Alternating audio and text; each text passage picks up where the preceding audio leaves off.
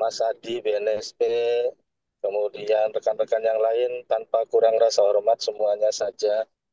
Kemudian terutama narasumber kita, Doktor Ilmu Hukum dan founder Vincentius Mendrova Law Firm, yang juga dosen pasca sarjana UPH nih, luar biasa sudah hadir. Teman saya saja kemarin ketua Kamselindo itu langsung komen gitu loh bahwa wah kalau ini suhu dosen saya nih gitu ya. Mudah-mudahan nanti dengan silaturahim di webinar ini semakin mengeratkan kolaborasi kita semuanya. Puji syukur kehadirat Tuhan Yang Maha Kuasa, Allah Subhanahu wa Ta'ala, yang senantiasa memberikan kesehatan, keberkahan bagi kita. Tentu sebagai yang berkeyakinan wajib bagi kita mensyukuri, tentunya dengan kinerja yang terbaik dan gotong royong selalu ya, kolaborasi tanpa melihat asal usul, kemudian lintas institusi dan juga lain-lain lah. Intinya demi kemajuan kita bersama, khususnya di sektor security management system untuk mendukung terwujudnya Indonesia Emas 2045. Bapak Ibu sekalian yang sangat kami hormati, pada kesempatan yang pagi hari ini kita bersyukur ya, membersamai kita ada Pak Vincent nanti akan menyampaikan seluruh yang terkait dengan peraturan perundangan dan support sistem legal kepada sistem manajemen security tentunya. Dalam hal ini untuk memastikan bahwa dengan menerapkan tata kelola yang baik khususnya di sistem manajemen security bisa meleverage bisnis kita ke depan dan membantu menjadi salah satu instrumen penunjang keberlangsungan usaha. Kita tahu semua bahwa security ini tidak sekedar security fisik ya, dan security itu bukan satpam ya. Ini yang perlu kita garis bawahi karena bicara security itu holistik gitu ya.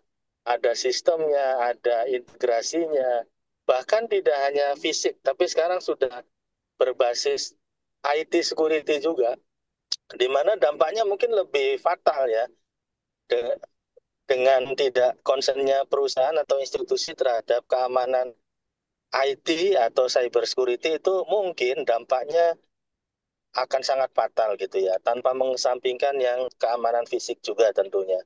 Apalagi dua-duanya tidak diperhatikan, ya udah babak belur lah kita punya usaha atau institusi ya Bapak Ibu sekalian. Tidak bermaksud menggurui atau menyampaikan hal-hal yang sekiranya apa namanya menyampaikan pesan-pesan yang sudah dikemukakan pada kesempatan sebelumnya, namun patut refreshment atau penjelasan yang nanti akan disampaikan Pak Vincent melebarkan pemahaman kita dan tentu untuk memastikan apakah di sistem kita sudah berjalan seperti ini atau belum gitu, sehingga nantinya bisa ditingkatkan. Dan security management system ini kalau terkelola dengan baik nanti akan berefek pada approval investment seperti item green finansial, kemudian privilege kaitannya dengan polis dan juga kemanfaatan asuransi gitu ya. Jadi lebih efektif, efisien lah. Kreditnya lebih gede, ACC-nya, kemudian beban-beban kemanfaatan asuransi juga akan semakin besar dengan biaya yang bisa ditekan sebesar-besarnya. Dan ini akan menjadi kepercayaan publik dan juga investor kepada perusahaan atau institusi ya. Selama sistem manajemen keselamatan ini baik fisik maupun IT-nya terkelola dengan baik. Mulai dari kebijakan, komitmen, kemudian teamwork, dan juga konsistensi pelaksanaan. Baik Bapak Ibu sekalian, itu saja yang bisa disampaikan di kesempatan yang baik ini. Saya mohon izin mewakili Ketua Umum ya Pak Leonard Abdul Aziz yang ada kendala gabung pada kesempatan ini karena tugas. Dengan ucapan Bismillahirrahmanirrahim, acara webinar kali ini kami buka. Mudah-mudahan kita semua semakin erat, semakin gotong royong, dan webinar ini sukses, lancar, bermanfaat. Terima kasih. Akhirul kalam. Wassalamualaikum warahmatullahi wabarakatuh. Waalaikumsalam warahmatullahi wabarakatuh. Terima kasih Pak Sekjen Abjasi telah memberikan sambutannya. Semoga webinar ini dapat menjadi manfaat untuk kita semua. Baik, terima kasih atas waktunya. Pak Sekjen. Mungkin tanpa berlama lagi kita bisa langsung mulai saja, Pak Vincent, untuk pemaparan materinya tentang Undang-Undang Perlindungan Data Pribadi dalam Keamanan Perusahaan. Waktu dan tempat saya persilakan Pak Vincent. Baik, terima kasih Pak Hafiz. Assalamualaikum warahmatullahi wabarakatuh. Salam sejahtera bagi kita semua. Selamat pagi, semoga kita dalam keadaan sehat. Ini sesi ke-6 dan termasuk sesi terakhir yang diselenggarakan apa namanya Abjasi untuk tahun 2024. Jadi saya ini sebagai penghujung akhir tahun lah ya. Mudah-mudahan bisa memberikan manfaat bagi kita semua diskusi pagi ini. Dan tentunya juga sekaligus saya menyampaikan selamat menyongsong eh, hari Natal dan juga tahun baru. Mudah-mudahan kita bisa ketemu lagi di 2025. Tentunya kita pastikan bisa ketemu dalam keadaan sehat dan mungkin dengan materi-materi yang lebih baru lagi ya. Dan Bapak Ibu sekalian, saya diminta oleh Abjasi untuk menyampaikan materi berkaitan dengan memahami undang-undang pelindungan data pribadi dalam keamanan perusahaan. Baik, tadi sudah disampaikan tentang profil singkat saya. Sehari-hari sebagai seorang advokat dan juga mengajar di Universitas Pelita Harapan di program S2 Hukum. Baik, kita masuk saja pada topik pada pagi hari ini. Bapak Ibu yang saya hormati, tentu kita sudah mengetahui bahwa terkait dengan pelindungan data pribadi ini sudah ada aturan yang memayunginya, yaitu Undang-Undang Nomor 27 Tahun 2022 tentang pelindungan data pribadi. Tentu sebelum kita masuk pada pembahasan lebih dalam, dalam hal frasa yang diambil dan digunakan dalam Undang-Undang Nomor 27 Tahun 2022 ini adalah pelindungan, bukan perlindungan ya. Tentu kita lebih banyak mendengar frasa perlindungan, tapi di sini digunakan pelindungan. Nah, kenapa digunakan dasar frasa pelindungan itu? Karena memang Undang-Undang Nomor 27 Tahun 2022 ini menitik beratkan pada tata kelola apa namanya pelindungan data pribadi gitu ya. Jadi tata kelola bagaimana tata kelola terhadap data pribadi, penggunaannya, pemrosesannya, pemerolehannya gitu dan ini tujuan kenapa kemudian menggunakan frasa daripada pelindungan data pribadi bukan frasa perlindungan. Jadi buk kalau perlindungan itu memberikan arti bahwa tempat untuk mencari atau tempat untuk berlindung. Jadi itu berbeda makna ya antara perlindungan dan pelindungan gitu. Iya, sejak diundangkan dan berlaku itu pada tanggal 17 Oktober 2022, tetapi dalam ketentuan peralihannya memang diberikan waktu selama 2 tahun untuk dilakukan penyesuaian bagi stakeholder ya. Tentu ini sudah kalau kita lihat dari 17 Oktober 2022, ini 2024 sekarang, maka sudah melewati batas waktu penyesuaian bagi para stakeholder terkait dengan keberlakuan dan penyesuaian ketentuan-ketentuan yang ada dalam Undang-Undang Nomor 27 Tahun 2022 ini. Apa sih perspektif tujuan uh, dibuatnya undang-undang atau diterbitkannya undang-undang tentang pelindungan data pribadi ini? Tentu pertama bahwa berkaitan dengan data pribadi sebetulnya di berbagai regulasi, aturan secara terpisah itu sudah diatur. Misalnya ada di dalam undang-undang kependudukan, undang-undang apa namanya, eh, Komisi Informasi Publik, undang-undang kesehatan itu secara eh, terpisah itu memang sudah ada diatur sesuai dengan sektor-sektor masing-masing ya. Tetapi berdasarkan pada kebutuhan utama berkaitan dengan data pribadi inilah kemudian dirasa penting supaya ada payung hukum yang memayungi ketentuan mengenai pelindungan data pribadi. Jadi ini menjadi undang-undang lex specialis ya, bersifat khusus gitu. Sehingga kalau ada ketentuan-ketentuan lain di undang-undang lain yang mengatur serupa, maka yang menjadi rujukan utama adalah Undang-Undang Nomor 27 Tahun 2022 ini sebagai lex spesialis dari undang-undang yang sebelumnya. Yang kedua adalah menciptakan kepercayaan masyarakat terhadap lembaga organisasi yang mengelola data pribadi. Nah, tentu ini menjadi konsen dari apa namanya lahirnya undang-undang ini. Kita sebagai masyarakat tentu seringkali mengkhawatirkan data-data kita yang kita berikan kepada lembaga, kepada swasta, perusahaan, seringkali kita mengkhawatirkan adanya penyalahgunaan gitu. Nah, sehingga dengan lahirnya ini juga menciptakan kepercayaan kepada lembaga-lembaga atau organisasi yang memproses atau mengumpulkan data dan mengelola data pribadi subjek data gitu.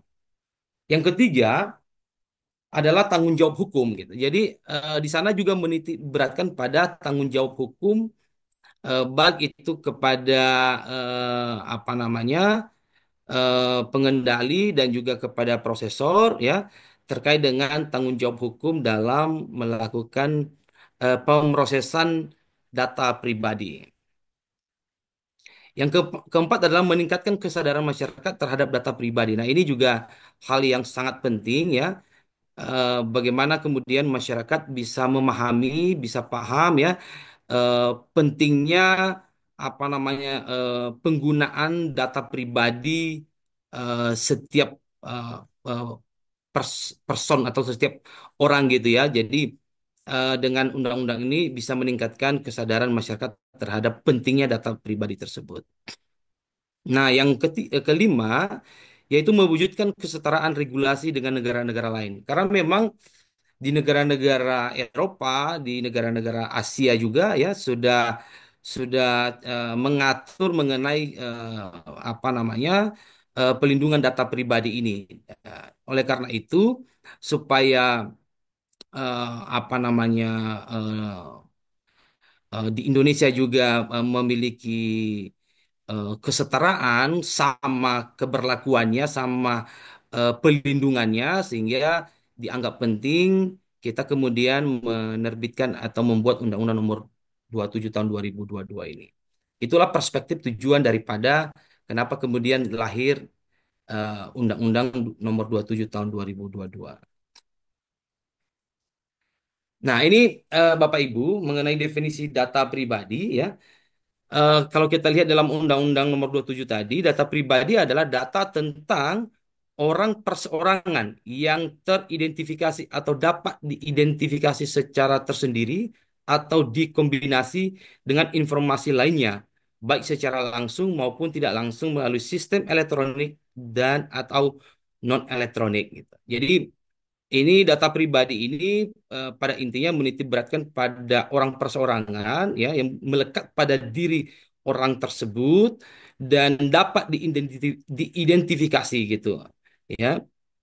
Eh, Baik secara sendiri sendiri ini adalah terlihat datanya mulai dari namanya dan alamatnya kemudian agamanya dan seterusnya atau juga bisa dilihat dari kombinasi dengan informasi lain gitu. Nah, itu definisi daripada data pribadi.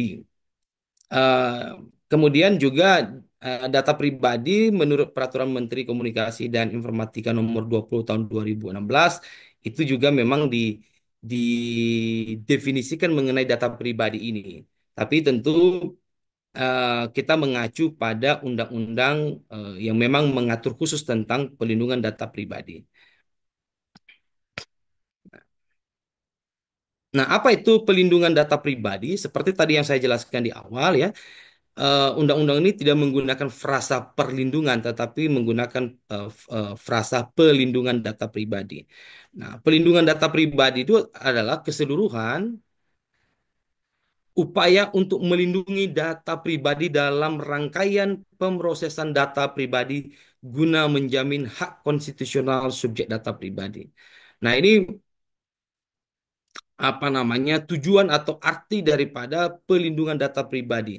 Jadi keseluruhan upaya untuk melindungi. Jadi tata cara, metode, cara melindungi baik dari sisi memperoleh, mengumpulkan gitu ya, mengubah, mengkoreksi sampai pada memusnahkan. Nah, itu rangkaian yang dimaksud arti daripada pelindungan data pribadi ini.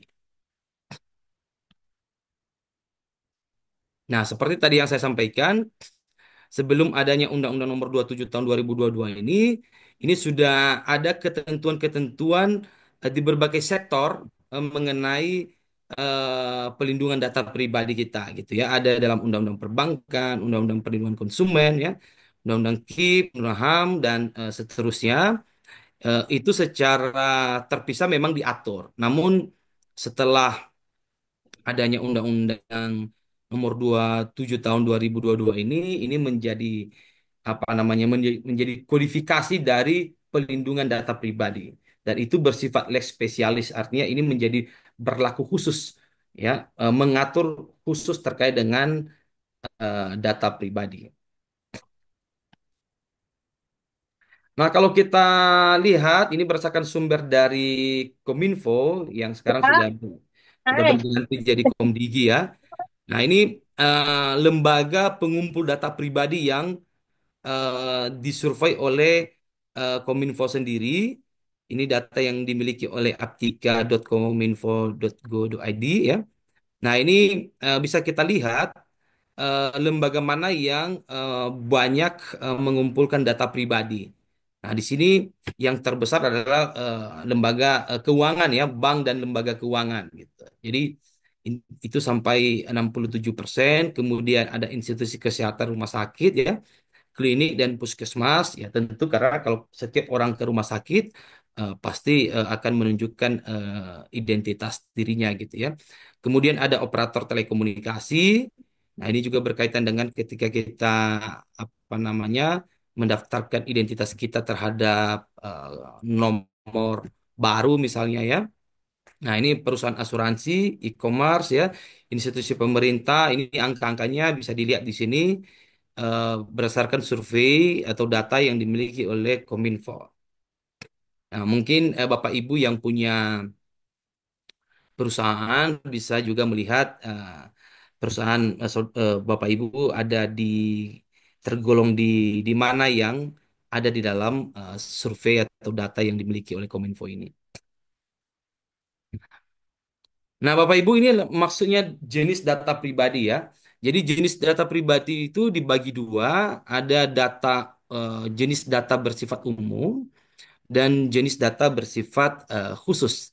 Nah, kalau jenis data bersifat umum ini sudah diterangkan di Undang-Undang Nomor 27 ini. Yang pertama adalah nama lengkap, kemudian jenis kelamin, kewarganegaraan, agama, status perkawinan, dan atau data pribadi yang dikombinasikan mengidentifikasi seseorang. Jadi, maksudnya data pribadi ini kalau hanya yang terlihat atau yang muncul adalah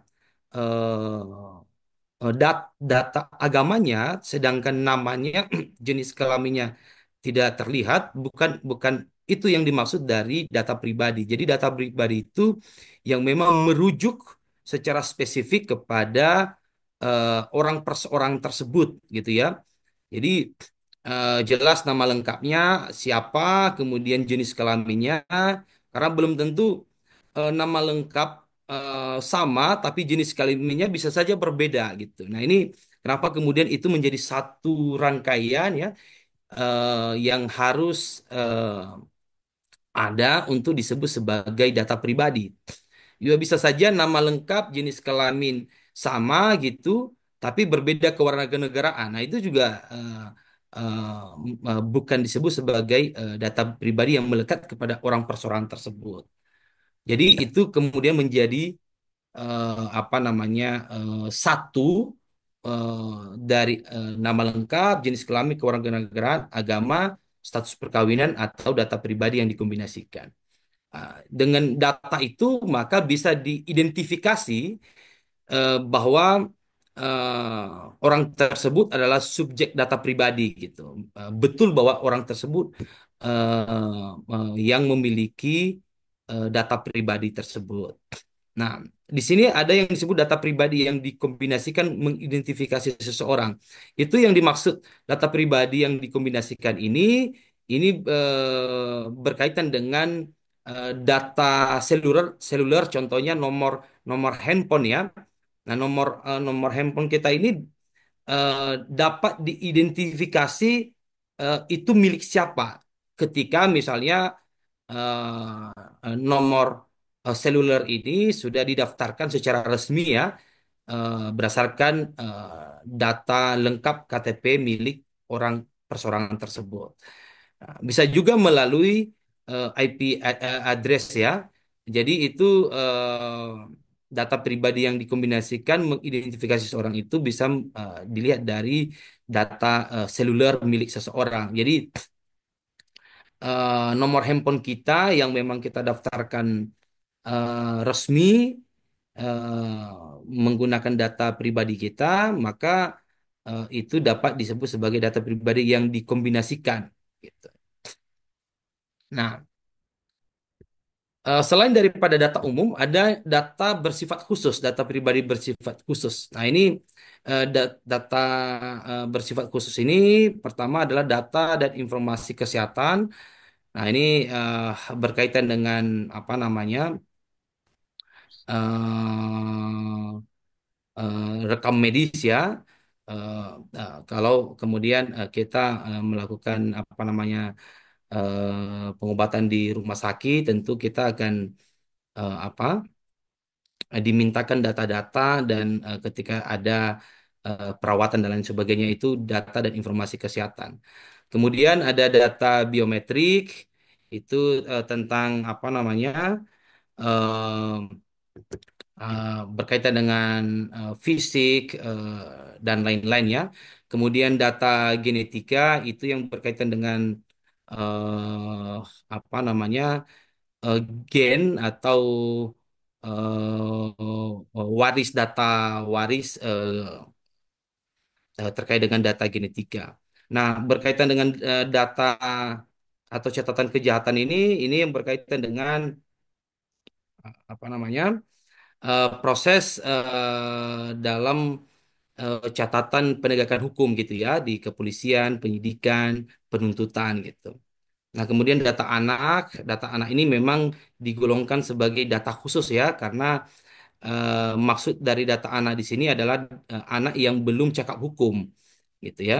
Jadi kalau kita berdasarkan pada hukum perdata kita, anak seseorang disebut cakap hukum itu ketika anak tersebut sudah berusia 21 tahun gitu ya. Kemudian ini data keuangan pribadi dan data lain sesuai dengan ketentuan peraturan perundang-undangan. Nah, itu jenis data pribadi terbagi dua, data umum dan data khusus. Nah, Bapak Ibu, ada tiga komponen pengolahan data pribadi. Jadi yang pertama adalah pemilik data. Gitu. Pemilik data ini adalah setiap orang yang memiliki data pribadi dan melekat pada dirinya. Nah, ini Bapak Ibu yang eh, memiliki data pribadi tersebut gitu. Jadi ini lebih spesifik kepada orang perseorangan gitu ya, yang memang melekat pada dirinya tentang data pribadi tersebut. Nah, yang kedua adalah pengendali data. Nah, siapa pengendali data? Ya, pengendali data ini adalah pihak, ya ini bisa orang, bisa badan hukum ya, atau juga bisa organisasi internasional yang menentukan tujuan dan melakukan kendali pemrosesan data gitu. Nah, yang ketiga adalah prosesor data. Nah, siapa prosesor data ini? Ini adalah pihak ya bisa orang, bisa badan hukum, bisa juga organisasi internasional yang melakukan pemrosesan data pribadi atas nama pengendali data.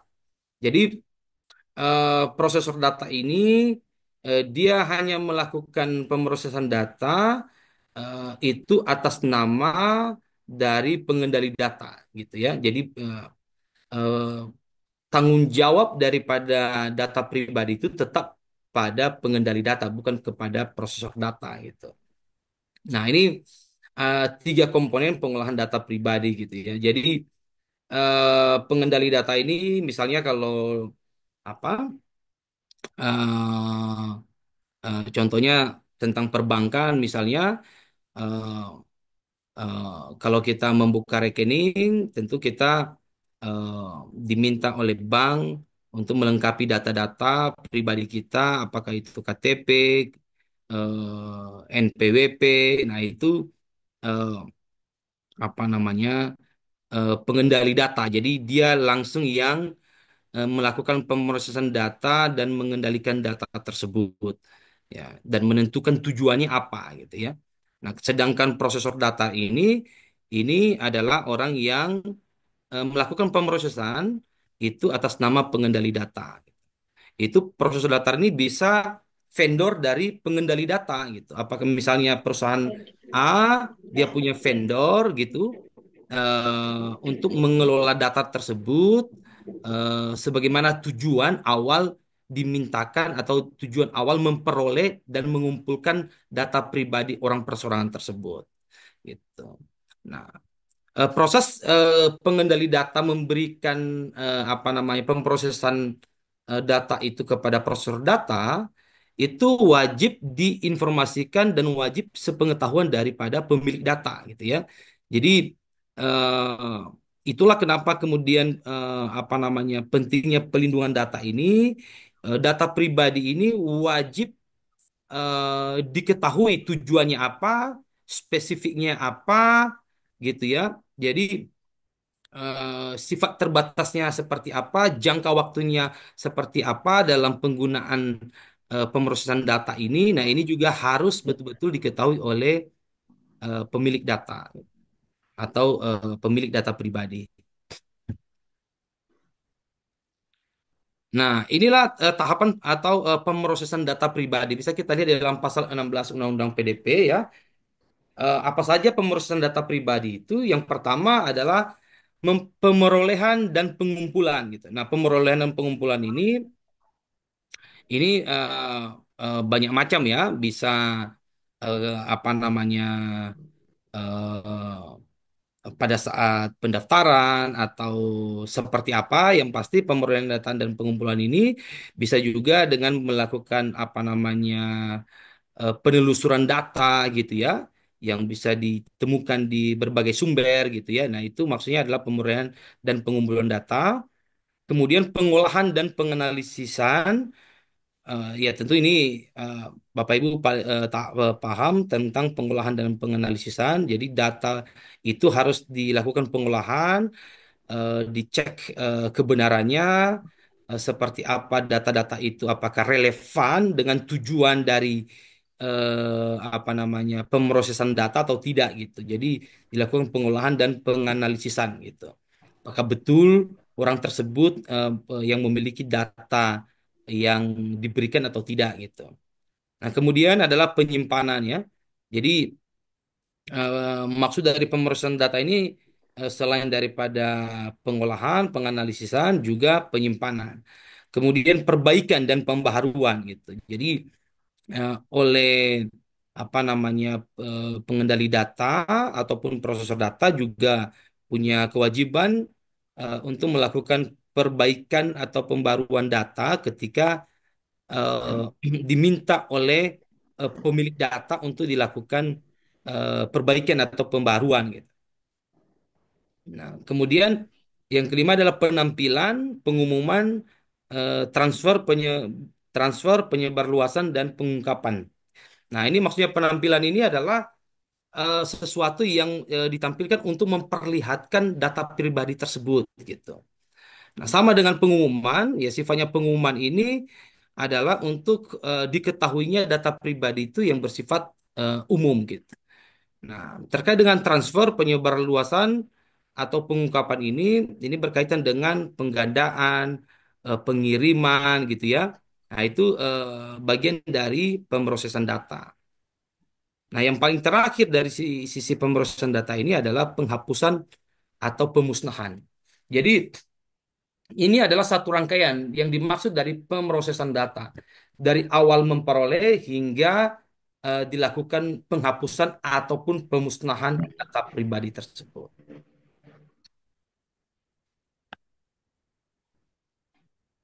Nah, ini adalah prinsip-prinsip pemrosesan data, pemrosesan pelindungan data pribadi ya.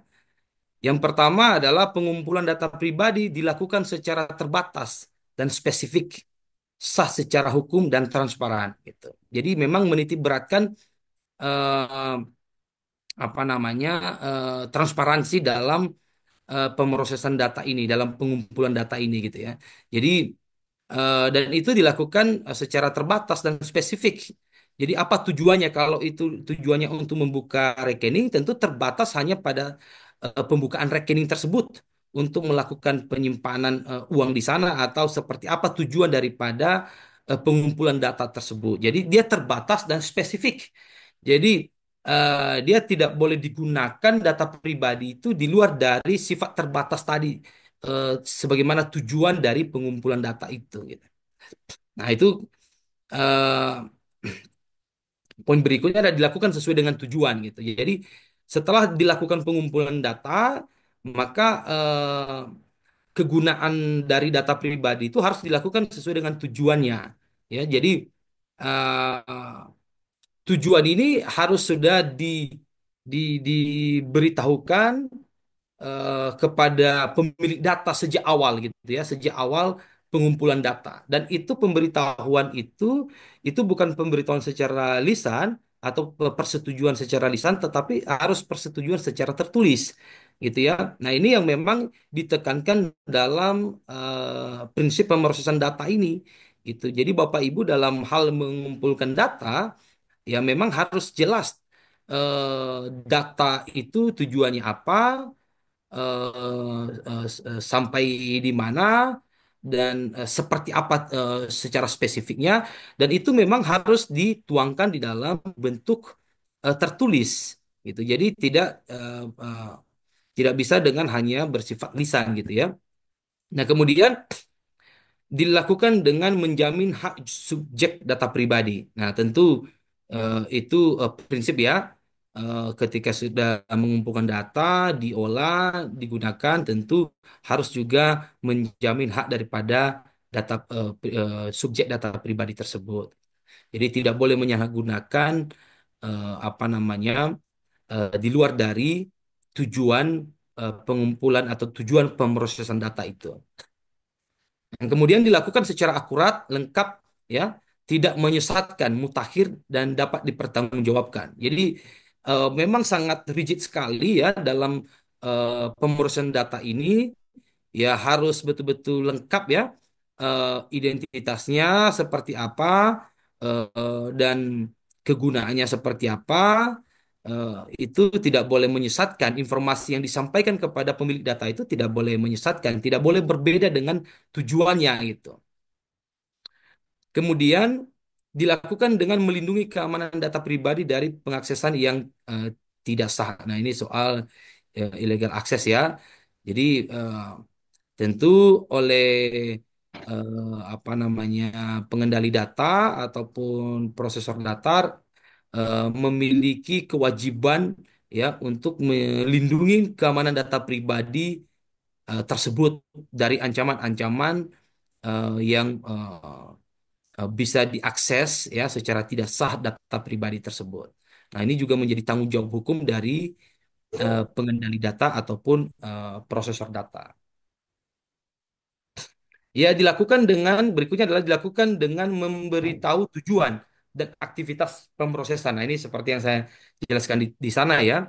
Jadi memang harus jelas, harus harus apa namanya lengkap ya informasi yang disampaikan tersebut. Ya, apa tujuannya gitu.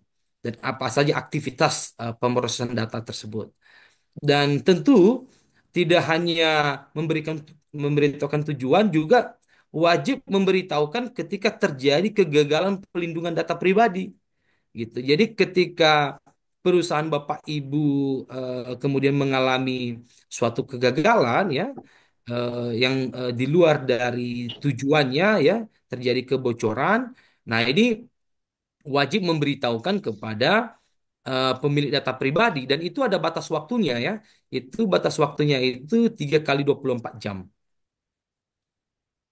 Nah, kemudian data pribadi dimusnahkan dan atau dihapus setelah masa retensi berakhir ya atau berdasarkan permintaan subjek data pribadi kecuali ditentukan lain oleh peraturan perundang-undangan. Nah, kemudian dilakukan secara bertanggung jawab dan dapat dibuktikan secara jelas. Nah, ini tentu memang menitik beratkan pada tanggung jawab pemrosesan data itu baik kepada pengendali maupun kepada prosesor data. Nah, ini dasar pemrosesan data pribadi ya bisa kita lihat dalam pasal 20 Undang-Undang PDP. Yang pertama adalah persetujuan yang sah secara eksplisit. Nah, persetujuan yang sah secara eksplisit ini yang tadi saya sampaikan itu harus bersifat tertulis ya. Persetujuan itu dan harus harus secara eksplisit harus jelas gitu. Persetujuan tersebut. Jadi apa tujuannya dan kemudian disetujui oleh pemilik data pribadi gitu. Nah, kemudian pemenuhan kewajiban perjanjian. Nah, ini pemenuhan kewajiban perjanjian ini artinya adalah pengendali data dapat memenuhi apa yang menjadi kewajibannya terhadap pemrosesan data pribadi itu gitu. Jadi sejak awal eh, harus sejak awal harus memiliki komitmen dan etikat baik untuk memenuhi kewajiban dalam hal penggunaan ataupun pemrosesan data tersebut. Gitu. Nah, ini berikutnya ada pemenuhan kewajiban hukum dari pengendali data. Ya, pemenuhan kewajiban hukum ini ya harus menjaga kerahasiaan, melindungi, tidak membocorkan gitu ya. Karena itu akan berdampak pada sanksi yang akan diberikan kepada pengendali data gitu. Jadi ada sanksinya. Ya, nanti kita bahas apa saja sanksi yang dapat dikenakan kepada pengendali data ataupun kepada uh, prosesor data. Gitu. Nah, yang berikutnya adalah pemenuhan perlindungan kepentingan vital subjek data. Nah, maksud pemenuhan perlindungan kepentingan subjek data ini berkaitan dengan pemrosesan data yang dilakukan kepada seseorang yang berkaitan dengan keberlangsungan hidup seseorang ya, terutama dalam penggunaan atau pemrosesan data untuk kebutuhan perawatan medis serius. Jadi itu maksudnya pemenuhan perlindungan kepentingan vital subjek data. Jadi itu berkaitan erat pada keberlangsungan hidup seseorang tersebut. Jadi data medis yang digunakan. Nah, yang berikutnya adalah pelaksanaan tugas dalam rangka kepentingan umum, pelayanan publik, atau pelaksanaan kewenangan pengendali data pribadi. Nah, dan yang terakhir adalah pemenuhan kepentingan yang sah lainnya dengan memperhatikan tujuan, ya, keseimbangan kepentingan pengendali data pribadi dan subjek data pribadi. Nah, itu adalah dasar pemrosesan data pribadi, ya, eh, itu yang memang harus eh, dilakukan. Nah, Bapak Ibu, kewajiban pengendali data ini dalam hal melakukan pemrosesan data pribadi kepada pemilik data. Nah, ini ada kewajiban yang harus disampaikan gitu ya, yang harus diberitahukan. Nah, memang ini sangat ketat memang diatur oleh Undang-Undang PDP ini. Oleh pengendali data wajib menyampaikan informasi yang pertama legalitas dari pemrosesan data pribadi gitu.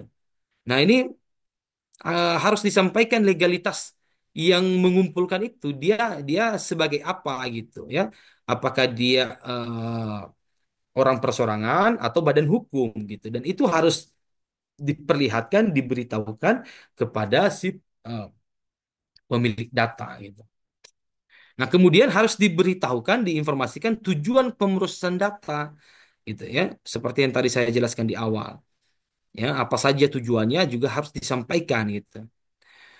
Kemudian jenis dan relevansi data pribadi yang akan diproses.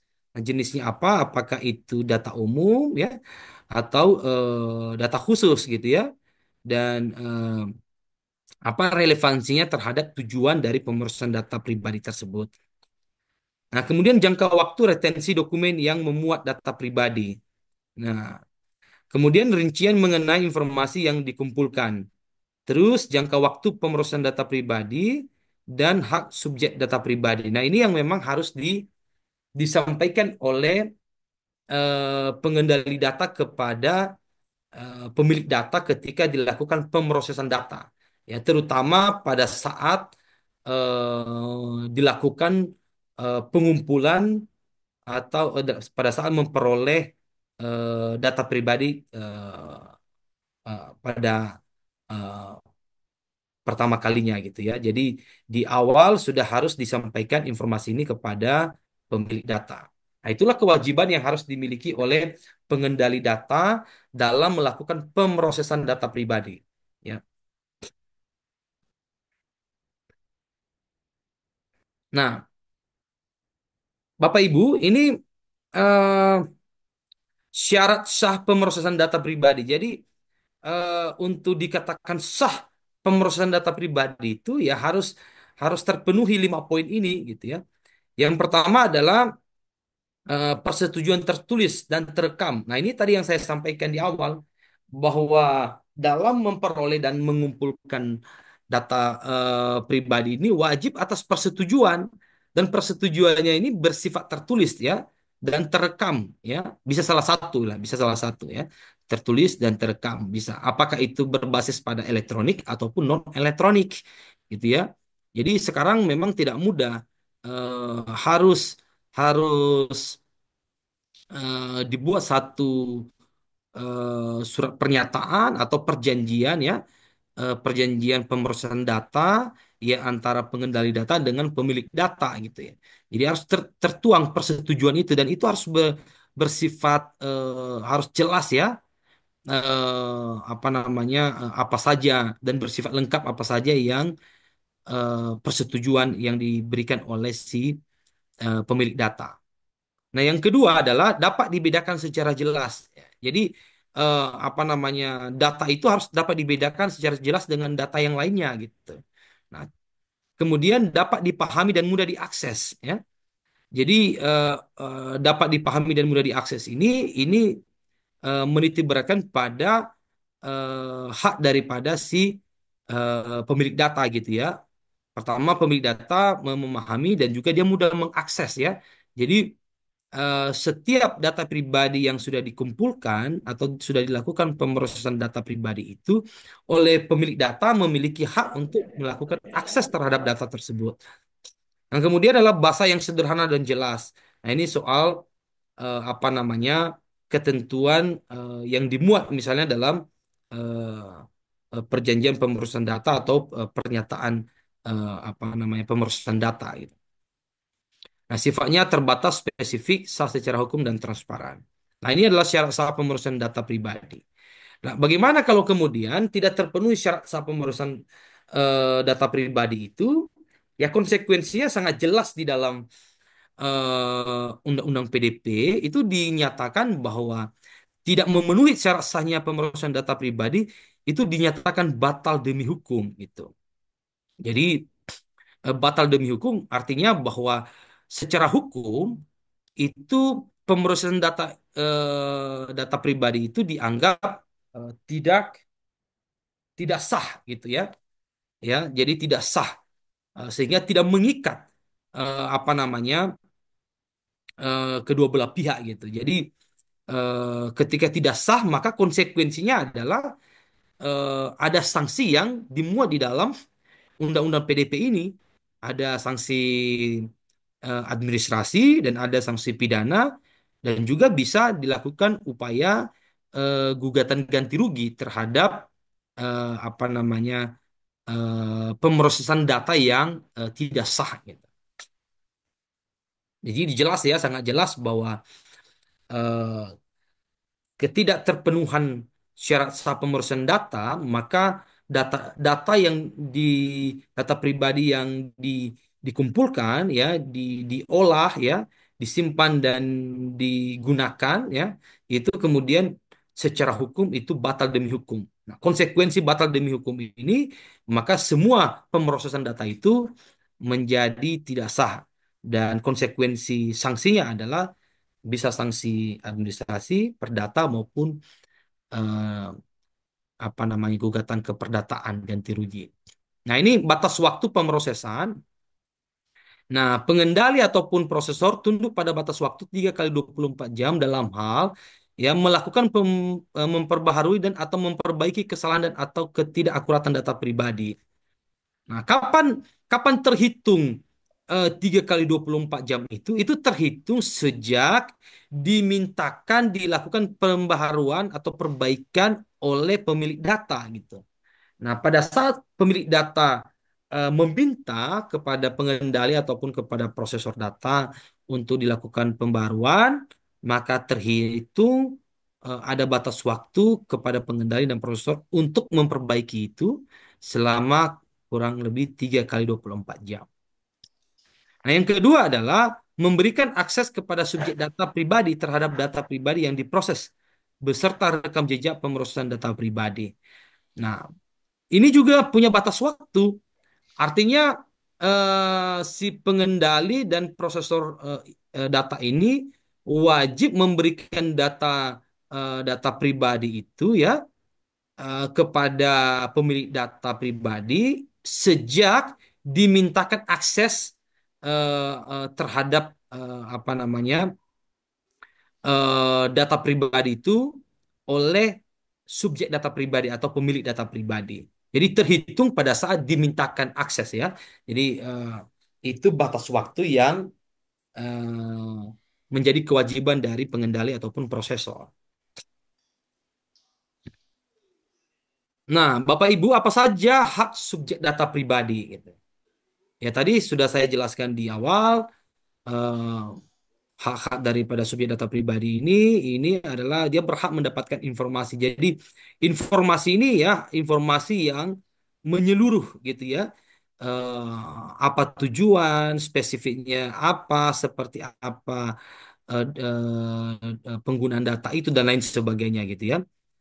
Nah, selain daripada mendapat informasi, juga berhak melengkapi, memperbaharui dan atau memperbaiki kesalahan dan atau ketidakakuratan data pribadi.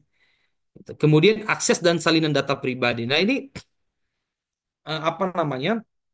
Hak yang menjadi penting bagi subjek data pribadi ya. Dia punya hak untuk mengakses dan juga punya hak untuk mendapatkan salinan data pribadi tersebut. Dan itu ketika ada hak maka sebaliknya pengendali memiliki kewajiban untuk memberikan akses dan memberikan salinan data pribadi. Kemudian mengakhiri pemrosesan, menghapus atau memusnahkan. Berikutnya adalah menarik kembali persetujuan pemrosesan data pribadi. Ya, kemudian berhak menggunakan dan mengirim data pribadi kepada pengendali data pribadi lain, gitu. Jadi apa namanya data yang sudah dilakukan pemrosesan oleh pengendali data, nah si pemilik data atau subjek data ini dia berhak untuk apa namanya mengirimkan data pribadi itu kepada pengendali data pribadi lainnya gitu. Nah, kemudian mendapatkan dan atau menggunakan data pribadi tentang dirinya dari pengendali data pribadi gitu. Kemudian menggugat dan menerima ganti rugi, kemudian menunda atau membatasi pemrosesan data pribadi, kemudian keberatan atas pemrosesan secara otomatis dan pemrofilan gitu. Nah, ini maksudnya keberatan atas pemrosesan secara otomatis ini ya, ketika data-data diperoleh berdasarkan pada apa namanya observasi gitu ya, pengumpulan data apa yang tidak diketahui ya, kemudian pemrofilan gitu ya, jadi dilakukan profiling terhadap data pribadi gitu ya, jadi si si pemilik data ini bisa keberatan atas tindakan yang dilakukan oleh pengendali data tersebut. Nah, ini kewajiban pengendali data pribadi ya. Kewajiban yang bersumber pada hak ini dibagi dua ya. Kewajiban yang bersumber daripada hak, kemudian kewajiban sebagai wujud daripada kepatuhan atau compliance ya. Jadi Bapak Ibu bisa lihat di sini ini banyak sekali ya. Eh, Kalau kewajiban yang bersumber pada hak ini ada eh, 6 ya. Eh, Tadi seperti yang saya jelaskan di awal, ketika pemilik data memiliki hak, maka sebaliknya pengendali data memiliki kewajiban. Itu maksudnya kewajiban yang bersumber pada hak gitu. Nah, sedangkan kewajiban sebagai wujud kepatuhan ini sudah diatur ya di semua ketentuan yang ada dalam Undang-Undang PDP. Nah, Bapak Ibu, salah satu yang menarik dalam Undang-Undang PDP ini ada satu profesi baru yang di, di, ditegaskan di sana, yaitu adalah pejabat atau petugas pelindungan data pribadi, atau sering kita kenal dengan Data Protection Officer gitu atau DPO. Nah, DPO ini sendiri ditunjuk oleh pengendali data ya dengan tujuan yaitu untuk pemrosesan data pribadi untuk kepentingan pelayanan publik atau untuk eh, eh, kegiatan atau pengendalian data pribadi yang memiliki sifat, ruang lingkup dan atau tujuannya yang memerlukan pemantauan secara teratur dan sistematis ya, dan kemudian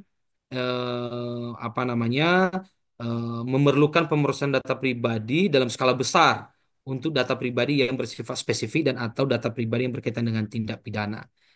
Nah, itu kenapa kemudian oleh pengendali data menunjuk DPO gitu ya. Itu ada 3 tujuan yang memang diatur di dalam Undang-Undang PDP kita. Nah, apa fungsi dari tugas DPO? Nah, ini fungsi dan tugas DPO ini pertama adalah menginformasikan dan memberikan saran kepada pengendali data pribadi atau prosesor data pribadi agar mematuhi ketentuan. Nah, memang karena DPO ini harus berdasarkan pada kompetensi, keahlian, maka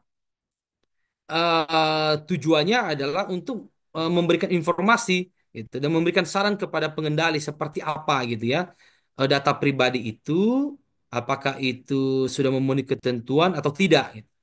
Yang berikutnya adalah eh, memiliki tugas untuk memantau dan memastikan kepatuhan terhadap undang-undang PDP dan kebijakan pengendalian data pribadi atau prosesor data pribadi.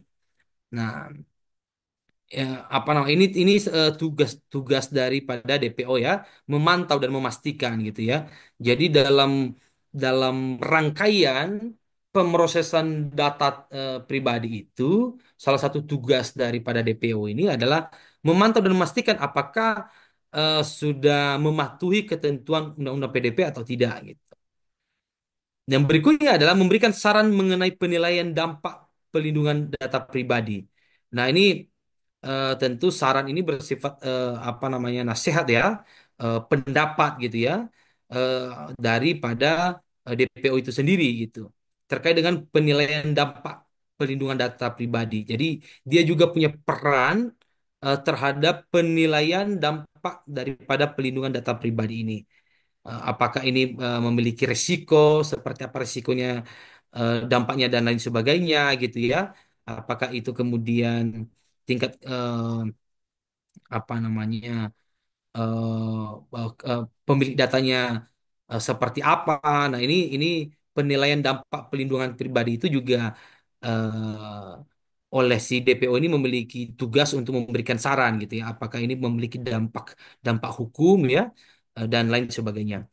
Nah, kemudian tugasnya adalah berkoordinasi dan bertindak sebagai darah hubung untuk isu yang berkaitan dengan pemrosesan data pribadi. Jadi sifatnya juga adalah sebagai darah hubung dalam konteks rangkaian daripada pemrosesan data pribadi itu. Nah, itu fungsi dan tugas DPO ini. Nah, siapa yang dapat menjadi DPO ini? Yang dapat atau yang bisa menjadi DPO adalah orang eh, profesional yang memiliki pengetahuan hukum dan pengetahuan luas terhadap pelindungan data pribadi.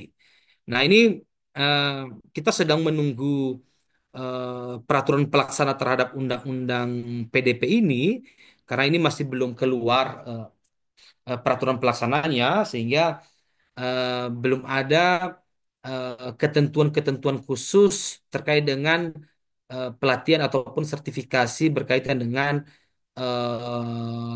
apa namanya, pejabat atau petugas pelindungan data pribadi. Tetapi sudah ditekankan di sana adalah yang dapat menjadi DPO ini adalah orang yang memiliki pengetahuan luas terhadap hukum dan pelindungan data pribadi. Tentu ini menjadi lebih banyak ranahnya para lulusan sarjana hukum ya. Eh, Nah, sedangkan DPO ini sendiri ini bisa internal dari perusahaan sendiri, bisa juga ditunjuk DPO di luar dari internal perusahaan ya. Misalnya apa, kantor hukum ya, kantor law firm itu juga bisa ditunjuk sebagai DPO. Tentu eh, berdasarkan kompetensi yang nanti diatur lebih lanjut oleh peraturan pelaksananya. Nah, Bapak Ibu sekalian, ini ada sanksi tadi seperti yang saya jelaskan di awal bahwa ketika apa namanya eh, tidak sah dilakukan pemrosesan data tersebut, maka ada sanksinya. Sanksinya ini dibagi dua di secara eksplisit di dalam Undang-Undang PDP, yaitu sanksi eh, administrasi dan sanksi pidana. Nah, sanksi pidana ini eh, eh, apa namanya, kualifikasi sanksinya ini berbeda-beda ya, tergantung pada perbuatan yang perbuatan pidana yang dilakukan gitu. Misalnya sanksi pidana terhadap mengungkapkan data pribadi yang bukan miliknya, ya, yang tanpa persetujuan daripada pemilik data, ini dalam konteks mengungkapkan data pribadi ya, nah ini bisa eh, dipidana penjara maksimal 4 tahun. Dan selain daripada pidana penjaranya, ada pidana dendanya maksimal 4 miliar gitu. Jadi hati-hati dalam mengungkapkan data pribadi ya, ketika kita tidak punya kesadaran hukum terhadap data pribadi ini, seringkali mungkin karena kekecewaan terhadap teman bisnis, lalu kemudian kita kita umbar itu di publik misalnya, entah itu di media sosial kita dan lain sebagainya. Nah, di dalam Undang-Undang PDP itu memang dilarang dan itu punya sanksi ketika itu diungkap yang bukan milik kita dan tidak atas persetujuan daripada pemilik data. Nah, ini memang kita sudah harus sangat hati-hati dan harus memiliki kesadaran terhadap eh, pengungkapan data pribadi yang bukan milik kita gitu ya. Jadi jangan karena emosi Bapak Ibu lalu kemudian mengungkap itu, entah itu di grup WhatsApp gitu ya, atau menyebarluaskan itu untuk diungkap kepada publik itu. Nah, ini ancamannya. Kemudian memperoleh dan mengumpulkan data pribadi gitu ya. Nah, memperoleh dan mengumpulkan data pribadi yang tidak sepengetahuan dan tidak sepersetujuan pemilik data. Nah, ini ada ancaman pidananya 5 tahun gitu ya. Dan dendanya maksimal 5 miliar. Jadi hati-hati. Jadi dalam konteks pengumpulan data pribadi ini juga tidak boleh dilakukan dengan sembarangan gitu ya. Jadi lagi-lagi ditekankan adalah wajib atas persetujuan tertulis ya, ya, untuk menghindari masalah ke depan, meskipun sebelumnya sudah ada persetujuan lisan, tapi karena undang-undangnya sendiri menekankan harus persetujuan tertulis, maka menjadi tidak sah dan tidak bisa menjadi bukti yang otentik yang bisa menjadi dasar memperoleh atau mengumpulkan data pribadi itu, gitu. Nah, kemudian menggunakan data pribadi yang bukan miliknya. Nah, menggunakan data pribadi entah digunakan untuk apa gitu ya. Eh, Ya, biasanya ini yang berkaitan dengan pinjol biasanya ini ya. Jadi eh, apa namanya, KTP yang kita dapat di apa secara ilegal, kemudian kita gunakan itu ya untuk mendaftarkan apa namanya di pinjol misalnya ya. Nah, ini pidananya sama ya, itu ancamannya 5 tahun dan dendanya maksimal 5 miliar. Nah, kemudian yang lebih beratnya adalah membuat data pribadi palsu atau memalsukan data pribadi. Nah, ini berkaitan dengan membuat data pribadi palsu dan memalsukan itu ancamannya itu paling tinggi 6 tahun ya, dan dendanya 6 miliar gitu. Jadi apa namanya, kualifikasi dari sanksi pidananya ini berbeda-beda tergantung pada perbuatan yang dilakukan oleh orang atau badan hukum terhadap pelanggaran eh, pelindungan data pribadi. Nah, pertanyaannya apakah eh, korporasi bisa dimintakan pertanggungjawaban terhadap apa namanya, perbuatan atau mengungkap data pribadi, membuat data pribadi palsu dan memalsukan gitu. Nah, oleh ketentuan Undang-Undang PDP itu sendiri, memang korporasi dapat dimintakan pertanggungjawaban gitu. Namun pidananya adalah pidana denda gitu ya, pidana denda korporasi gitu. Yaitu, dan itu sangat besar ya. Pidana denda korporasi paling banyak 10 kali dari maksimal denda yang diancamkan. Nah, tergantung perbuatannya apa. Kalau perbuatannya mengungkapkan, berarti kan pidana dendanya itu maksimal 4 miliar kali 10 berarti 40 miliar gitu. Nah, kalau itu kemudian membuat data pribadi palsu, berarti kan pidana dendanya maksimal 6 miliar. Kali 10 berarti 60 miliar. Nah, itulah apa namanya, ancaman sanksi pidana denda terhadap korporasi gitu. Dan dimintakan pertanggungjawaban itu juga pidana pidana korporasi ini tidak eh, eh, hanya kepada korporasinya, tetapi juga kepada pengurus, ya, direksi, pemilik atau pengendali apa namanya korporasi gitu ya.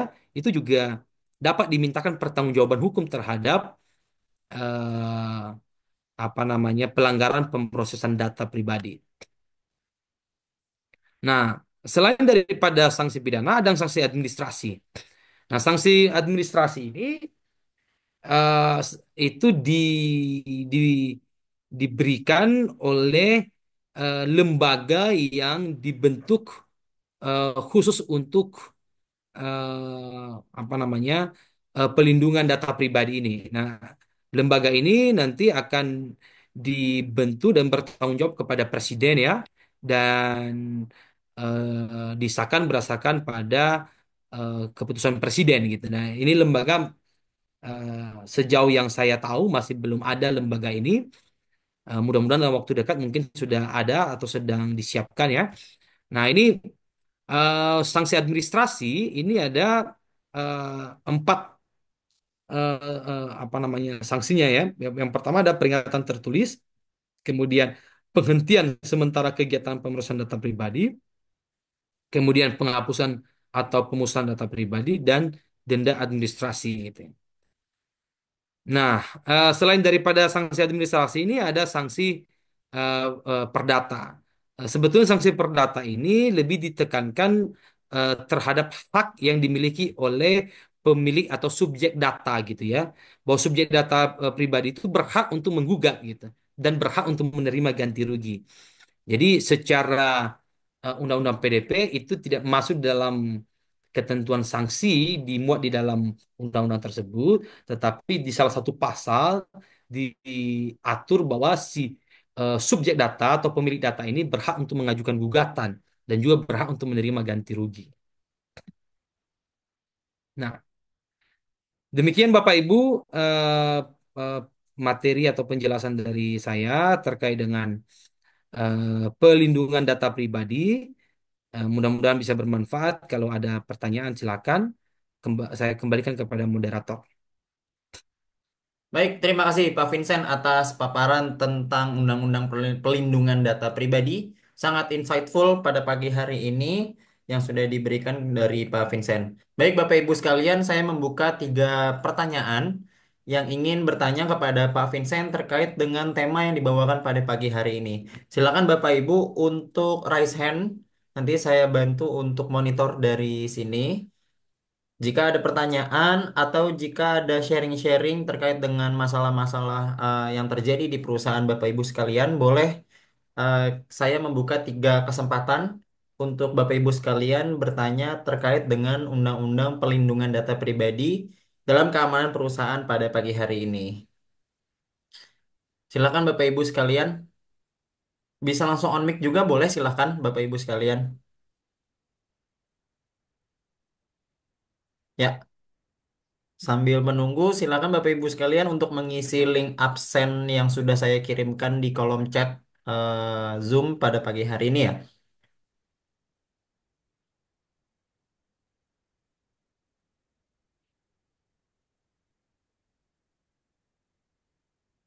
Iya, mungkin Bapak Ibu sekalian ada yang ingin bertanya atau sharing terkait dengan Undang-Undang Pelindungan Data Pribadi.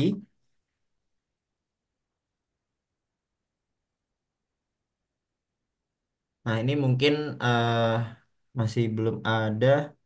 Ini mungkin Pak Vincent sangat jelas nih. Ini menandakan sangat jelas membawakan sangat wide ya Pak Vincent ya.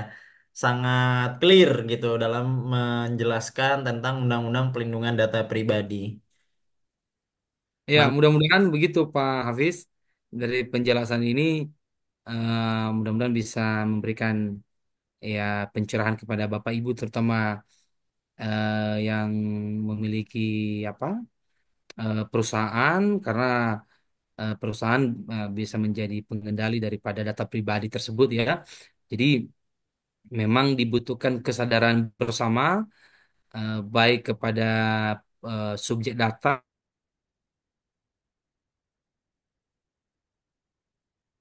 apa, pengendali data gitu ya, yang mengumpulkan dan memperoleh data pribadi. Ini menjadi penting untuk bisa kita pahami bersama, supaya ke depan tidak terjadi penyalahgunaan data-data pribadi subjek data gitu ya. Jadi seringkali Mas Hafiz itu kita tahu ya, eh, kita dapat SMS, dapat WhatsApp dari entah apa perusahaan di bidang makanan dan segala macam, itu tiba-tiba masuk di di handphone kita gitu ya. Nah, ini sebetulnya eh, menjadi apa namanya yang harus diperhatikan oleh pihak pengendali data gitu. Nah, belum tentu orang tersebut, perusahaan tersebut yang yang sebagai pengendali data, karena belum tentu kita sudah memberikan dan menyetujui untuk mengelola atau melakukan pemrosesan data pribadi kita. Nah, jadi kalau tidak itu bisa diajukan gugatan gitu ya. Nah, salah satu yang terlewatkan tadi juga oleh Undang-Undang PDP ini diatur juga dalam konteks penyelesaian hukum ya terhadap pelanggaran apa namanya PDP ini. Nah, ini penyelesaiannya bisa melalui arbitrase ya, bisa melalui pengadilan dan bisa melalui lembaga penyelesaian alternatif lainnya gitu. Entah itu bisa melalui mediasi gitu ya. Eh, jadi eh, penyelesaian ini tidak tidak tidak satu-satunya melalui proses pidana ya. Jadi ketika misalnya sudah ada perjanjian khusus terhadap apa namanya pelindungan data pribadi itu, perjanjian terhadap penggunaan data pribadi itu, maka bisa diatur di dalam perjanjian itu apa namanya pilihan hukum dan penyelesaian sengketanya gitu. Jadi bisa melalui arbitrase, bisa juga melalui pengadilan gitu, ataupun lembaga lain yang disepakati oleh eh, eh, pemilik data, subjek data ataupun pengendali data gitu. Jadi eh, apa namanya berkaitan dengan eh, pengumpulan ini memang sebaiknya memang itu harus dibuat dalam satu bentuk tertulis ya. Jadi memang tidak boleh terlewatkan apa namanya formulir misalnya, termasuk misalnya dalam perekrutan karyawan sebetulnya ya. Ini juga harus harus diperhatikan oleh perusahaan ya dalam melakukan perekrutan karyawan kan tentu meminta data-data pribadinya kan begitu. Dan itu harus harus dibuat secara tertulis tujuannya apa, sifatnya terbatasnya seperti apa, kegunaannya dan batas waktunya gitu. Nah, ini memang yang harus diperhatikan oleh pengendali data. Oke, kalau tidak ada pertanyaan, Baik, eh, izin Pak Vincent, ya. ini ada pertanyaan satu Pak dari Pak Michael Hutauruk di kolom chat Pak. Oh. Di sini ada pertanyaan Hmm. dari Pak Michael Hutauruk berupa untuk perusahaan, apakah ada batasan jenis industri yang di cover undang-undang ini, termasuk mungkin instansi pemerintah? Terima kasih sharingnya Pak. Nah mungkin apakah ada Pak batasan-batasan yang di cover undang-undang ini untuk perusahaan seperti itu Pak? Iya, U- undang-undang PDP ini berlaku untuk semua ya, jadi tidak terbatas gitu ya. Memang di dalam undang-undang tersebut ya ada pengecualian pemrosesan data ya. Itu eh, apa? Diatur mengenai misalnya pemrosesan data kegunaannya untuk eh, keamanan ya, kemudian dalam konteks penegakan hukum, kemudian dalam konteks pengawasan eh, sektor jasa keuangan itu memang ada ketentuan yang mengatur pengecualian-pengecualian itu gitu.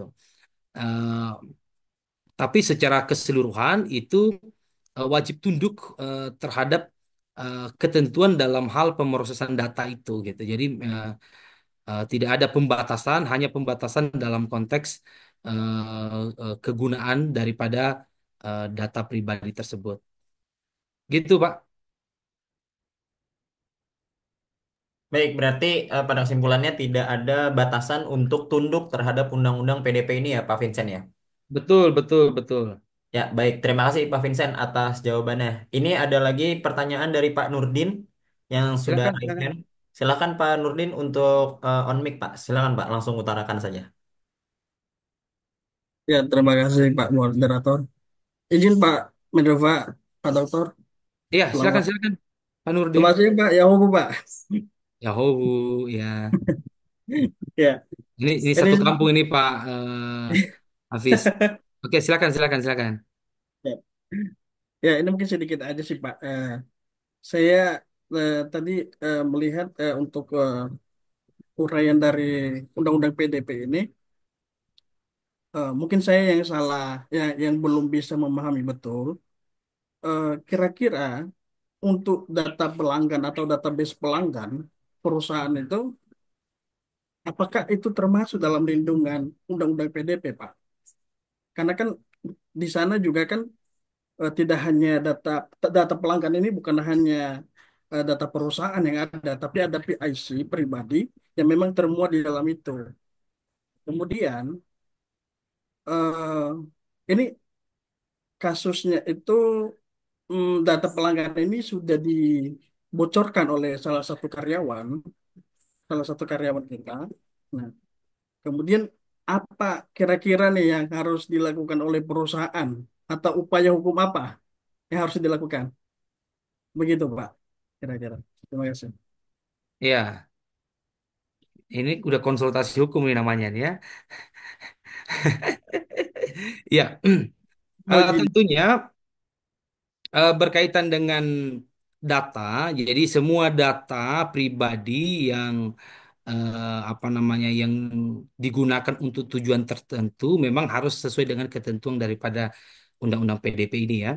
Nah, pertanyaannya ketika terjadi kebocoran data diungkap, tadi sudah ada ketentuan sanksinya sebetulnya.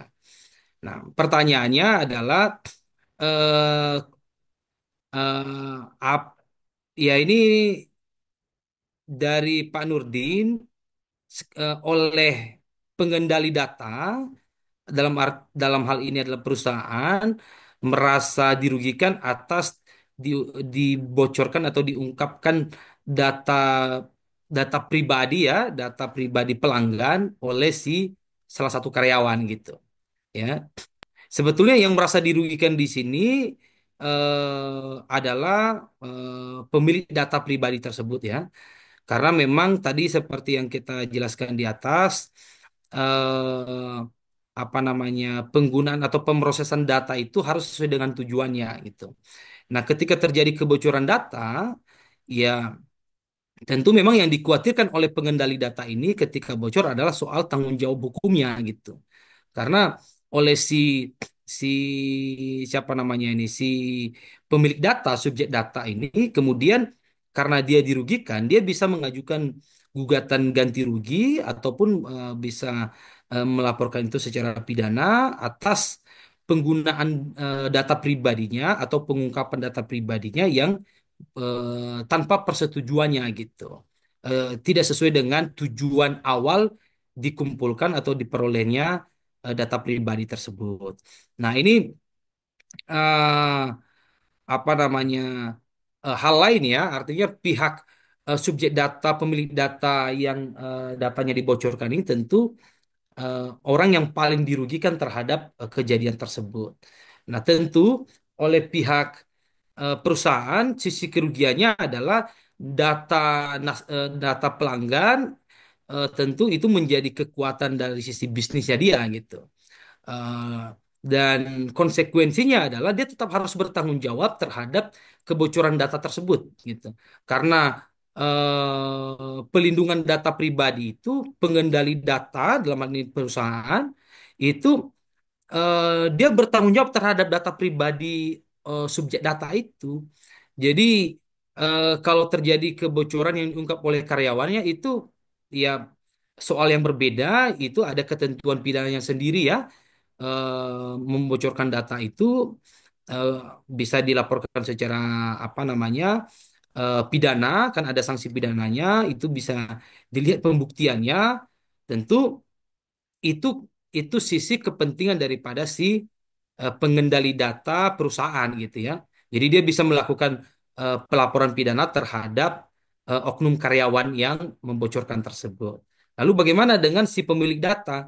Ya, pemilik data dia tidak tahu karyawan itu, yang dia tahu adalah orang atau badan hukum atau organisasi internasional yang mengumpulkan, yang memperoleh dan melakukan pemrosesan data terhadap data pribadi itu. Jadi ini dua hal yang berbeda gitu. Ya, untuk nanti melihat apakah itu nanti pertanggungjawabannya kepada pemilik data itu tanggung renteng akan dilihat dari sisi eh, apa namanya proses hukum yang dilakukan oleh perusahaan terhadap karyawan tersebut gitu. Nah, itu kan nanti akan dilihat lebih lanjut pidananya seperti apa gitu ya. Gugatan ganti rugi seperti apa gitu. Yang pasti bahwa oleh si pengendali data dalam hal ini perusahaan tidak boleh atau tidak bisa menganggap lepas dari tanggung jawab hukumnya terhadap eh, apa namanya pemrosesan data ini hanya karena diakibatkan oleh oknum gitu. Jadi dia tidak bisa melepaskan dirinya tanggung jawabnya kepada pemilik data karena hubungannya adalah pemilik data dengan pengendali data gitu. Nah, jadi ketika terjadi kebocoran dan dirasa dirugikan oleh pemilik data itu yang digugat atau yang dilaporkan adalah si pengendali data. Itu beda konteks secara internal, silakan itu bisa juga di, di dilaporkan gitu. Baik, terima kasih Pak Vincent. Bagaimana Pak Nurdin? Sudah terjawab Pak Nurdin ya? Ya, sangat dipahami Pak Dokter. Terima kasih banyak Pak. Sama-sama Pak Nurdin. Baik, Pak Nurdin, terima kasih. Pak Vincent, ini ada lagi pertanyaan dari Pak Hero Prihatin dari PT Yutaka Manufacturing Indonesia. Bagaimana dengan data registrasi tamu di perusahaan yang dalam kebutuhannya kami hanya simpan untuk tracing saat ada satu case? Apakah tetap ada persetujuan tertulis pada Oke. setiap tamu yang masuk atau bagaimana, Pak? Silakan Pak Vincent. Baik, yang tadi saya sampaikan itu ya sudah jelas jenis data pribadi itu apa. Ada jenis data pribadi bersifat khusus, ada jenis data pribadi bersifat umum. Nah, kalau hanya nama, apakah itu disebut sebagai data pribadi?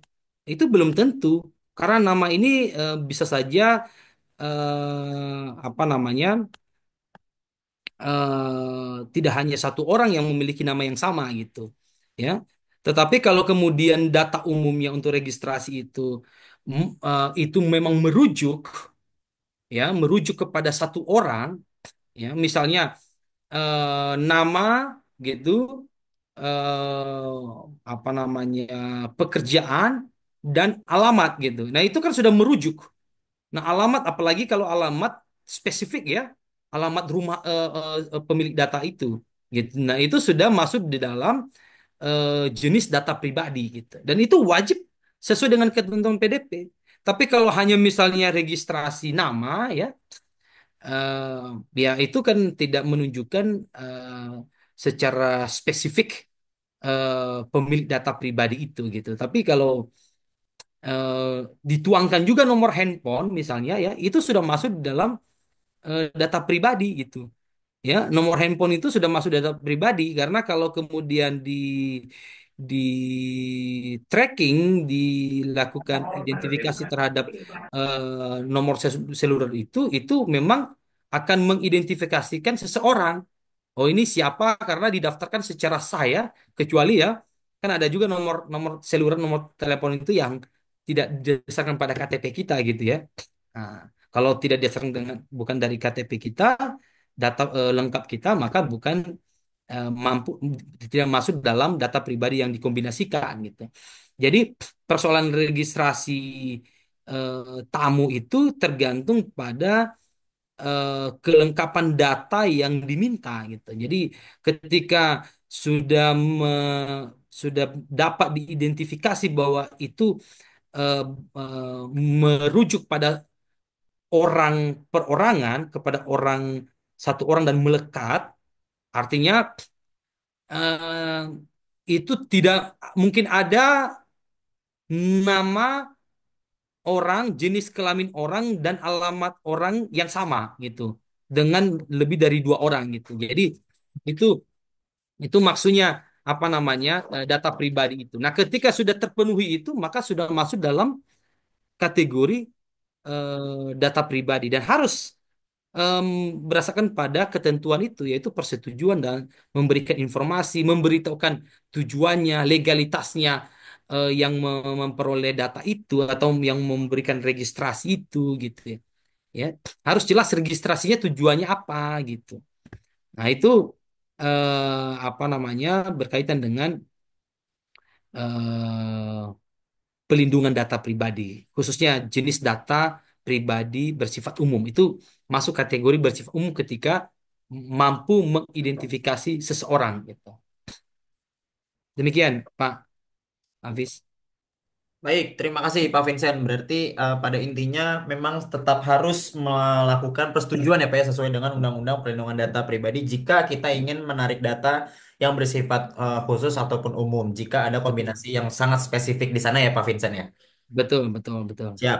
Pak Vincent ini ada pertanyaan terakhir di sesi 6 pada pagi hari ini dari Pak Padu Raksa Dirgantara terkait dengan apakah ada kategori atau level data pribadi atau perusahaan dari yang paling risiko sampai paling tidak beresiko atau berbentuk matriks Pak untuk yang dibocorkan yang diatur dalam regulasi.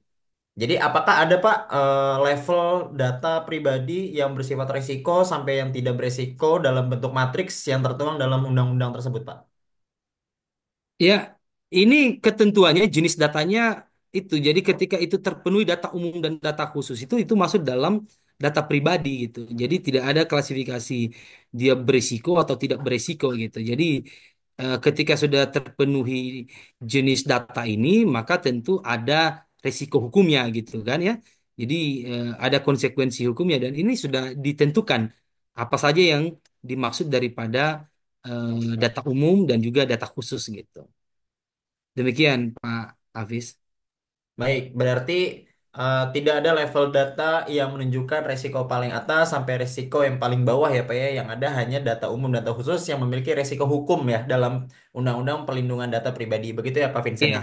sepanjang terpenuhi ketentuan data umum dan data khusus itu disebut sebagai data pribadi gitu. Dan kita Baik. wajib untuk melindungi data pribadi tersebut. Baik, baik. Terima kasih Pak Vincent atas jawabannya. Oke Pak Vincent dan Bapak Ibu sekalian, berakhir sudah di sesi 6 pada pagi hari ini. Tapi sebelum mengakhiri sesi 6 pada pagi hari ini, saya minta untuk Pak Vincent mungkin menyampaikan closing statement Pak untuk terakhir di sesi 6 pada pagi hari ini. Mungkin Pak Vincent, saya persilakan. Silakan Pak. Baik, terima kasih Bapak Ibu yang saya hormati. Terima kasih sudah berkenan mendengarkan dan kita sharing pada pagi hari ini. Mudah-mudahan dengan penjelasan ini bisa memberikan referensi bagi Bapak Ibu. Tentu memang secara detail ini masih pengantar-pengantarnya. Kita bisa masuk lebih dalam sebetulnya mengenai apa namanya pelindungan data pribadi, mekanismenya apa, sif- eh, sep- surat persetujuannya bentuknya apa, isinya apa, dan lain sebagainya itu lebih spesifik ya. Itu sudah lebih spesifik. Tentu kita akan bisa diskusi di forum yang berbeda. Bapak Ibu bisa juga menghubungi kami secara pribadi atau masuk dalam grup Abjasi yang nantinya bisa diteruskan ketika ada pertanyaan-pertanyaan atau konsultasi langsung berkaitan dengan PDP ini kepada kami gitu. Jadi silakan tadi ada apa namanya link pendaftaran ya registrasi. Ini masuk data pribadi nggak itu Pak Hafiz? Yang Masuk Pak. nah ini eh, ya memang kita harus punya kesadaran bersama mengenai pelindungan data pribadi ini gitu ya. Jadi itu saja, mudah-mudahan Bapak Ibu bisa menambah referensi dan yang tidak kalah penting sudah bisa juga ketika memang apalagi yang tadi pertanyaannya ada data-data memiliki resiko besar ya, skala besar yang membutuhkan rincian dan sistematis sistematika tata kelola data yang besar. Nah, itu memang saya sarankan untuk menunjuk apa namanya DPO ya, Data Protection Officer atau pejabat atau petugas pengendali data pribadi gitu. Nah, itu sangat disarankan dan sudah dimuat sebetulnya ke ketentuan siapa yang bisa jadi petugas atau pejabat itu adalah orang yang memiliki pengetahuan hukum gitu. Memang akan diatur lebih lanjut nanti ketika ada peraturan pelaksana, ada sertifikasinya dan lain-lain. Tapi sementara meskipun belum ada itu sudah bisa menunjuk yang menjadi DPO gitu ya. Bukan daftar pencarian orang ya gitu, tapi ya ini jangan sampai disalahgunakan artinya ini gitu. Jadi data protection officer atau pejabat petugas pengendali data ini itu sudah bisa ditunjuk, bisa eh, orang internal, bisa juga eksternal ya, bisa kantor hukum, kantor pengacara bisa yang dianggap profesional, dianggap mampu atau memahami terkait dengan pengendalian data pribadi gitu. Jadi itu dari saya. Jika masih nanti ada pertanyaan, silakan. Tadi saya juga ada kontak person saya tadi di situ, masuk di grup Abjasi. Nanti kita bisa diskusi lebih lanjut ke depannya. Demikian Pak Hafiz, saya ucapkan terima kasih. Selamat menyongsong akhir tahun dan bagi saudara saya umat Kristiani, selamat menyongsong Hari Natal dan Tahun Baru. Selamat siang. Selamat siang Pak Vincent, terima kasih atas closing statementnya. Mohon izin Pak Vincent, ini nanti materi bisa saya share kepada teman-teman ya Pak Vincent ya. Oh, silakan, silakan, silakan. Baik Silakan. Pak Vincent, siap. Terima kasih. Baik, Bapak Ibu sekalian, berakhir sudah sesi 6 pada pagi hari ini. Terima kasih Bapak Ibu sudah menyempatkan hadir pada sesi 6 pada Jumat 20 Desember 2024. Sebagai bentuk informasi, jika Bapak Ibu belum terdaftar sebagai anggota Apjasi, silakan Bapak Ibu mendaftar sebagai anggota Apjasi. Banyak sekali keuntungan-keuntungan yang akan Bapak Ibu dapatkan jika Bapak Ibu mendaftar sebagai anggota Apjasi. Sebagai bentuk informasi juga, anggota Apjasi hanya diperuntukkan untuk kepada pribadi yang aktif sebagai insan security atau perusahaan yang diwakilkan oleh pribadi atau dalam hal ini manajer security juga bisa ikut tergabung dalam anggota Apjasi. Nah, Bapak Ibu sekalian, jangan lupa mampir ke YouTube Apjasi di Asosiasi Pengguna Jasa Security Indonesia jika Bapak Ibu ingin mereview seluruh eh, sesi 1 sampai sesi 5 yang sudah kita lakukan di beberapa minggu kemarin. Jadi silakan mampir ke YouTube Apjasi juga Instagram Apjasi di @apjasi_id, banyak sekali informasi yang yang akan kami sampaikan. Baik, terima kasih atas kehadirannya. Semoga selalu sehat selalu. Semoga kita bisa bertemu kembali di acara webinar pada 2 minggu lagi, atau nanti jika ada informasi terkait dengan webinar akan kami sampaikan di Instagram atau di grup Abjasi Sharing Group ya, Bapak Ibu sekalian. Akhir kata, mohon maaf jika ada salah kata. Saya mewakili pengurus Abjasi mengucapkan banyak terima kasih. Assalamualaikum warahmatullahi wabarakatuh. Selamat siang, selamat tahun baru, dan selamat Natal bagi yang merayakan. Terima kasih. Waalaikumsalam warahmatullahi wabarakatuh. Assalamualaikum Terima warahmatullahi kasih. wabarakatuh. Terima kasih, Bin.